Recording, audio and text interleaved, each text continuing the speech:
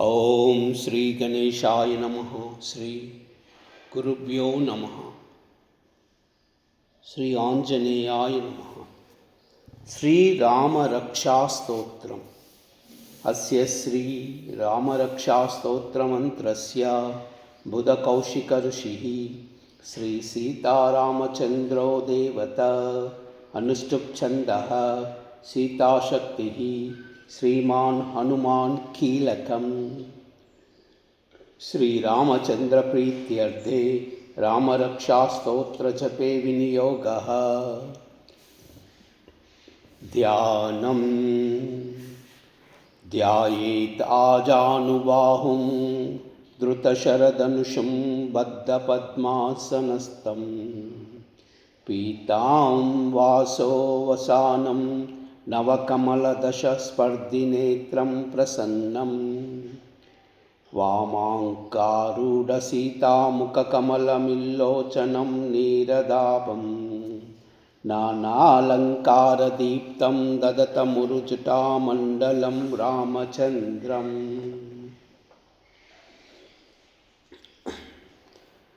चरितं रघुनाथस्य शतकोटिप्रविस्तरम् एकैकमक्षरं प्रोक्तं महापातकनाशनम्। ध्यात्वा नीलोत्पलश्यामं रामं राजीवलोचनं जानकीलक्ष्मणोपेतं जटामुकुटमण्डितं सासितूनाधनुर्बाण पाणिनक्तं चरान्तकं स्वलीलया जगत्त्रातुम् आविर्भूतं मजं विभुम्। रामरक्षां पठेत् प्राज्ञा पापग्निं सर्वकामदं शिरो मे राघवः पातु पालं दशरथात्मजः कौसल्येयो दृशौ पातु विश्वामित्रप्रियं श्रुति ग्रानं पातु मुखत्राता मुखं सौमित्रिवत्सलः जिह्वां विद्यानिधिः पातु कण्ठं भरतवन्दितः स्कन्दौ दिव्यायुधा पातु भुजौ भग्नेशकार्मुकः करौ सीतापति पातु हृदयं जामदग्न्यर्जित् मध्यं पातु करध्वंसी नाभिं जाम्बवदाश्रयः सुग्रीवेशकटी पातु शक्तिनी हनुमत्प्रभुः ऊरू रघुत्तमा पातु रक्षकुलविनाशकृत् जानुनी सेतुकृत् पातु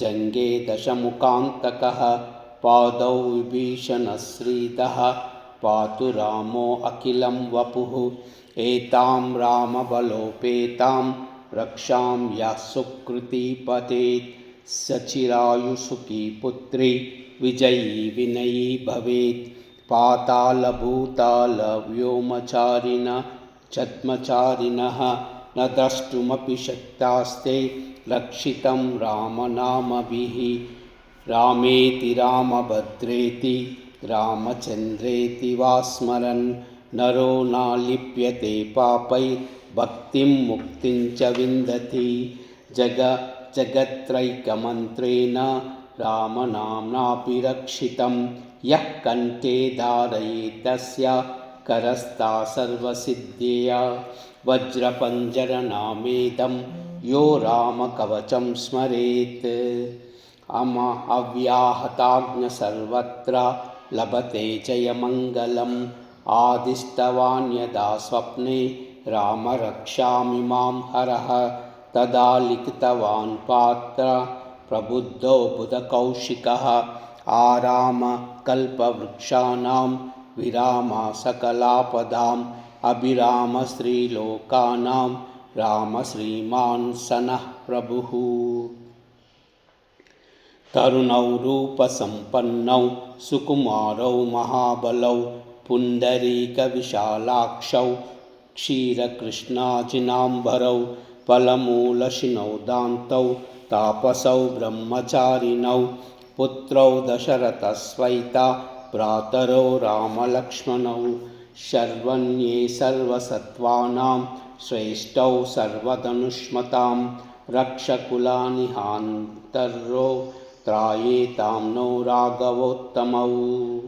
आत्तसज्जतनुषा विशु स्पृशा वक्षया शुकनिशिङ्गसङ्गिना रक्षणाय मम राम लक्ष्मण वग्रतापदि सदैव गच्छताम्। सन्नद्धकवची खड्गी चापबाणधरो युवा गच्छन्नरोदान्नश्य राम पातु स लक्ष्मणः। रामो दाशरथी शूरो लक्ष्मणानुचरो बली काकुत्स्थपुरुषा पूर्णा कौसल्येयो रघोत्तमः। वेदान्तवेद्यविघ्नेश पुराणपुरुषोत्तमः जानकीवल्लभः श्रीमान् अप्रमेयमहापराक्रमः। इत्येतानि जपे नित्यं मद्भक्त्या श्रद्धयान्वितः अश्वमेधादिकं पुण्यं सम्प्राप्नोति न संशयः। रामं दुर्वादलश्यामं पद्माक्षं पीतवाससं स्तुवन्ति नामभिर्दिव्यैर्न ते संसारिणो नराः। रामं लक्ष्मणपूर्वजं रघुवरं सीतापतिं सुन्दरं काकुत्स्थं करुणानवं गुणनिधिं विप्रप्रियं धार्मिकं राजेन्द्रं सत्यसन्धं दशरथतनयं श्यामलं शान्तमूर्तिं वन्दे लोकाभिरामं रघुकुलतिलकं राघवं रावणारिणं। रामाय रामभद्राय रामचन्द्राय वेदसे रघुनाथाय नाथाय सीताया पतये नमः। रामाय रामभद्राय रामचन्द्राय वेदसे रघुनाथाय नाथाय सीताया पतये नमः। रामाय रामभद्राय रामचन्द्राय वेदसे रघुनाथाय नाथाय सीताया पतये नमः। श्रीराम राम रघुनन्दन राम राम श्रीराम राम भरताग्रज राम राम श्रीराम राम रणकर्कश राम राम श्रीराम राम शरणं भव राम राम। श्रीरामचन्द्रचरणौ मनसा स्मरामि श्रीरामचन्द्रचरणौ वचसा गृह्णामि श्रीरामचन्द्रचरणौ शिरसा नमामि श्रीरामचन्द्रचरणौ शरणं प्रपद्ये। माता रामो मत्पिता रामचन्द्रः स्वामी रामो मत्सखा रामचन्द्रः सर्वं मे रामचन्द्रो दयालु नान्यं जाने नैव जाने न जाने। दक्षिणे लक्ष्मणस्य वामे च जनकात्मजा पुरतो मारुतिर्यस्य तं वन्दे रघुनन्दनं। लोकाभिरामं रणगङ्गधीरं राजीवनेत्रं रघुवंशनाथं कारुण्यरूपं करुणाकरं तं श्रीरामचन्द्रं शरणं प्रपद्ये। मनोजवं मारुततुल्यवेगं जितेन्द्रियं बुद्धिमतां वरिष्ठं वातात्मजं वानरयूथमुख्यं श्रीरामदूतं शरणं प्रपद्ये। कूजन्तं राम रामेति मधुरं मधुराक्षरम् आरुह्य कविताशाकं वन्दे वाल्मीकिकोकिलम्। आपदामपहर्तारं दातारं सर्वसम्पदां लोकाभिरामं श्रीरामं भूयो भूयो नमाम्यहम्। आपदामपहर्तारं दातारं सर्वसम्पदां लोकाभिरामं श्रीरामं भूयो भूयो नमाम्यहम्।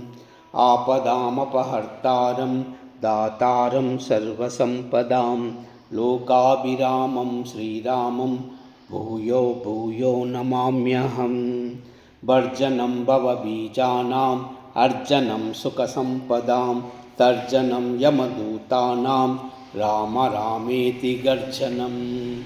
रामो राजमणि सदा विजयते रामं रमेशं भजे रामेणाभिहता निशाचरचमू रामाय तस्मै नमः।